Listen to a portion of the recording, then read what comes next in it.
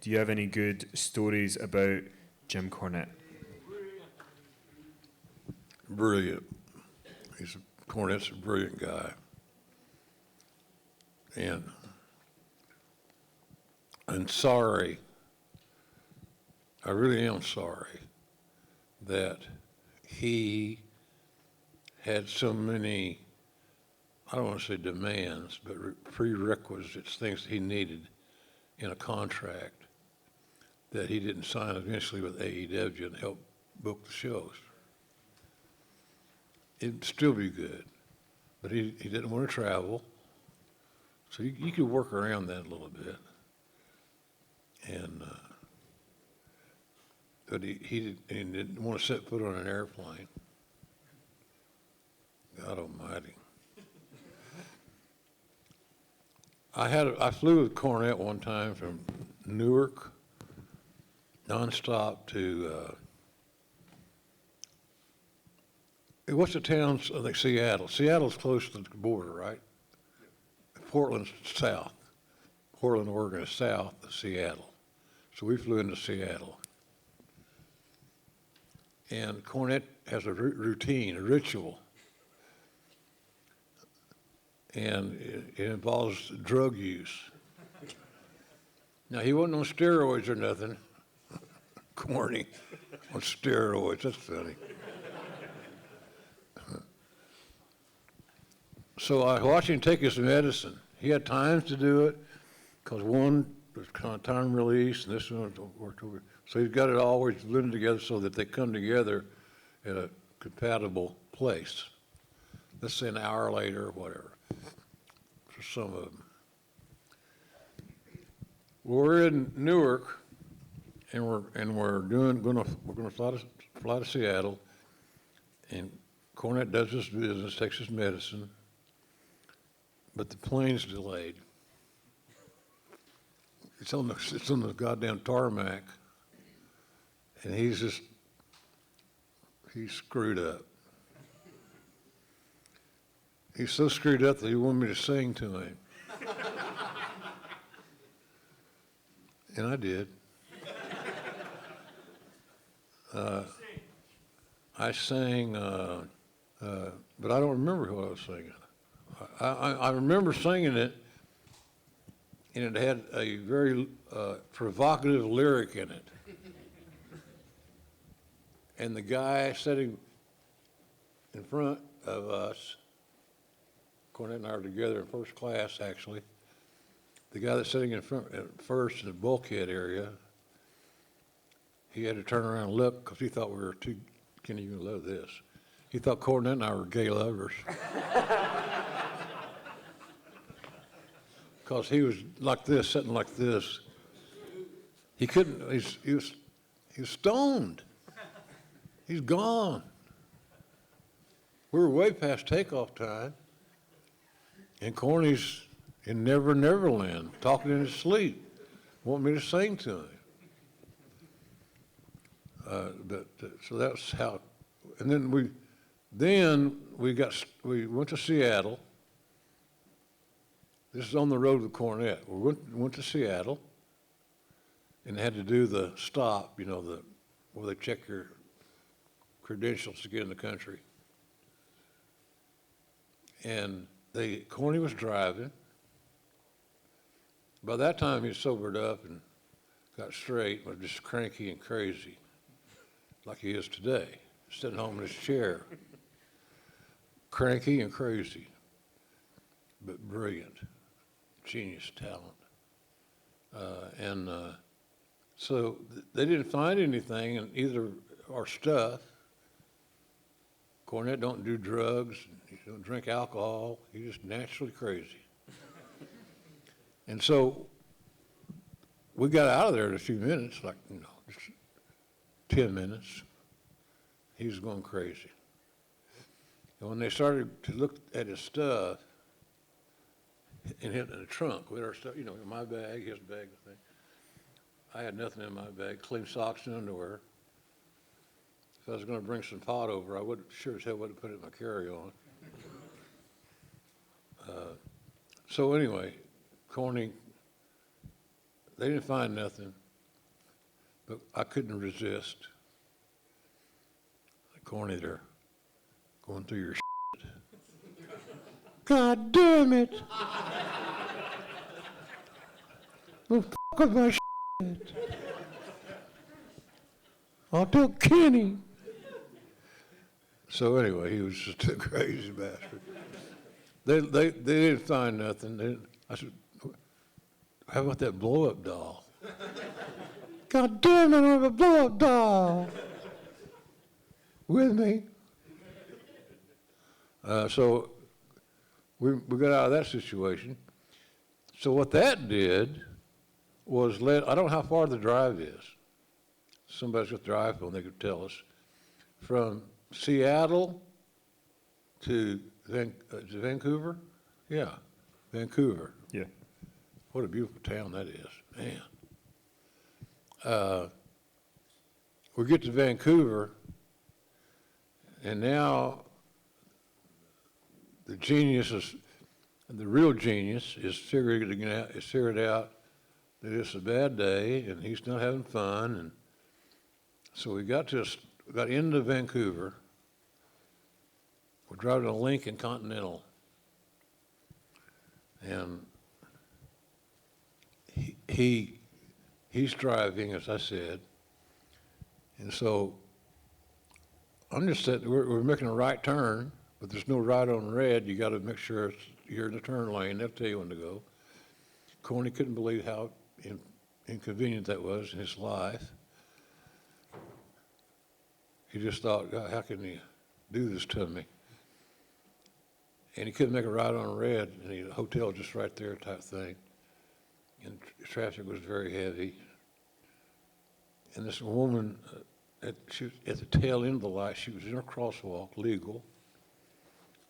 She made that turn, but she made a turn she was walking. And so that pissed Cornette off. He thought she'd made a right on red walking, and that never happened. As Kenny explained, she was just there. She'd walk across the street. She's a pedestrian. She wasn't even in a car. Hell, he was ready to run over her. He was mad. So he was so mad, it's a true story. He reared back in the seat of that big Lincoln and put his feet on the dash and started pounding it. Trying to do a number with his feet on the dashboard of the car. And I think there's one of those little covers that go on the gas tank. He broke that. He broke the air conditioning in or something. But he was hot. So he went to bed finally. We got into bed and we started all over the next day. But that's just corny. He has no conscience in some things.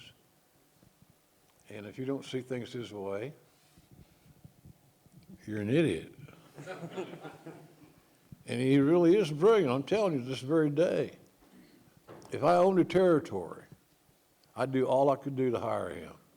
TV's yours, baby. Have at it, big boy. Let's go. How difficult was it when Vince Russo joined the creative team and he had to work with Cornette? Well, it was always fun to go to those meetings because they're going to lambast each other, screaming and, these long, Cornette was long, he'd give you a long-winded cussing out. They might have got along in the beginning because they didn't know each other very well. I think they did get along in the very beginning. They just didn't know each other very well. So it was a learning process. And somebody would say something stupid, and you'd think it'd be a one-off, that they're going to do it one time, pitch something one time, or whatever.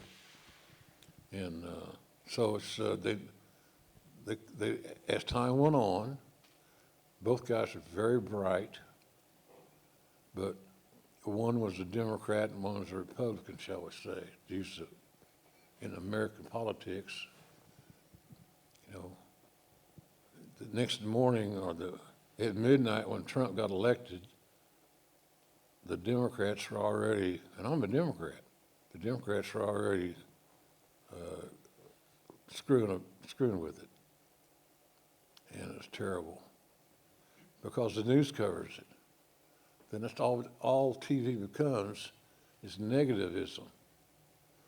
It was the same way when Trump ran the last time and he got beat. That was a common thread. You know, people just hated his ass. He's crazy. He's a criminal. He's a molester.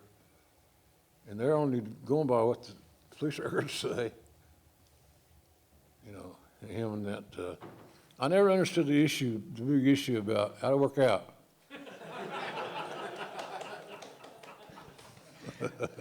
I did want to ask you, you mentioned this, it was in your last book, one of the matches you talked about was Steve Austin and Bret Hart at WrestleMania 13. Yeah. And you talked about how a lot of times you don't know the finish to a match. You don't want to know the finish, but you did know the finish to that match.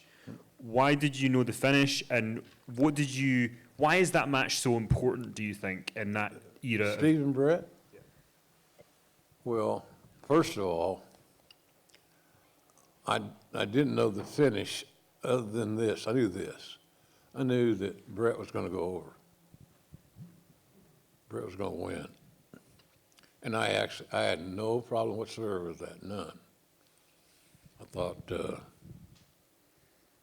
that made sense, and it's all fit together where we were going. We knew we had something special with Steve, but he wasn't quite ready to pick off the tree. Almost. And we wanted to make sure that when you make that first impression, it's going to be good. In life, business meetings, meeting with a client, whatever, have your together when you meet them the first time. And we didn't have Steve together at that time. But we knew we were close. And that was the right finish, we thought, at that time, Bret going over. All that political bull that trailed Bret was horrible. He's one of the nicest, smartest guys I ever met in the wrestling business, Bret Hart. Good dude. Steve thought the same thing. So I think Steve and Bret basically called the match in the ring. They actually didn't go over. Now you do this and I'll do that. Then I'll grab my face and you grab your face. That'll be a ha-ha spot. Or shit like that. Going over stuff that doesn't matter. You haven't talked about a hole or nothing. You know, and Steve has so many elements, especially his knees, that Bret had a sanctuary, so to speak, weapons or things he could use on Steve's anatomy, especially his lower body, his legs. So we didn't know all the little nuances, but we didn't think we needed to. I looked at it like a big championship fight. It's like these people broadcasting European football. They don't know the finish. It's a game, it's live. Call it live. They don't know. And WWE, I'm sure to this day, I might be wrong about this, but I think I'm right. I think most of their announcers know what's going to happen. That's my take on it. They might not, but I think they do. So, and our guys certainly know at AEW. I don't go to those meetings. Hell, I only work one day a month. So I'm out of the meetings. I'm in a free meeting zone, Kenny. I don't go to them. Don't need to. I know, if you just tell me I know who the baby face and the heels are. And I know what there's pronouns and diction, so to speak, that you need for a baby face. And some baby face you need something else. But as long as you know who the fan favorite is supposed to be and the villains are, then take it away and call what you see and see what you call. It's real simple. Call what you see and see what you call. And have at it. And so that's where I've been blessed with the ability to do that. And I thank God for that. It's just, my grandpas were great storytellers. My youngest daughter sent me a text the other day, the one that's got the cannabis business going, Black Hat Farms. Do you think they'll recognize it? Yeah. She has my hat and me, my face, which is unforgettable, on some of the, like the gummies, things like that. And we have this cool vape pen, it's this long. And it's great. On the airplane or whatever. So I'm impressed with what her work has been. It's been good. And I'm proud of her. I hope someday we make some money and then get some of mine back. Right now, I'm over 7 figures in on this deal. But she's my girl. What am I going to do with that money? Take it with me to hell or heaven? I'm going to leave it here. Somebody's going to take care of it. I told the same thing about my memorabilia in Oklahoma. My God, I got memorabilia in Jacksonville that I took down there, and the decorator decided where to put them, what frames to use, and all that stuff. I didn't have anything to do with that. But she found a letter that my wife got from Mother Teresa. It's signed by Mother Teresa. It's a little heartfelt, pick me up. And it's hanging in my bedroom today, I hope. It was when I left. I did want to, so, back to that Austin and Bret match. At the end of that match, it's a double turn. Austin's now a babyface, Bret's now a heel. That was part of the beauty of the whole damn thing, Kenny. When you're calling that match and you're watching that all unfold, did you know at the end, we've got something here? This is... Oh, yeah. Special match. Special talents. They had great chemistry, man. Austin and Bret had as good chemistry as I've seen in years. They just fit. They both worked snug. They weren't afraid they're going to break something. They're both tough guys. I mean, you can tell when they lock up if you're paying attention. If you're scratching your balls, sorry, Naomi. But if you're not paying attention, you'd miss that. But sometimes just watch how wrestlers on TV lock up. Do they look like they mean it, or are they acting? And you're not going to hurt either one locking up. So lay it in. Fans love that. I think that's why the clothesline got over so much back in the day. Because it was used once, and it was high impact. As many of us remember the various guys used clothesline. Violent. And you like the violence. I like the violence. We all like the violence. So that's a key issue, reality. Bret and Steve were reality. Then when Austin got the color, and the camera caught him, bleeding and spitting and all that stuff, he was just classic television. And the son of a bitch wouldn't quit. He would not quit. And that's what got him over. He endured. Bret had him in his sharpshooter, I think. That's been a long time too, but I remember the mood and the emotions in the building after that, Kenny. It was special. How important do you think it was to the sort of rise of Steve's career that Bret worked with him and that Bret... Oh, hugely. Bret Hart helped make Steve Austin what he is today, without question. Without question. And Steve has talked to me about that on many occasions.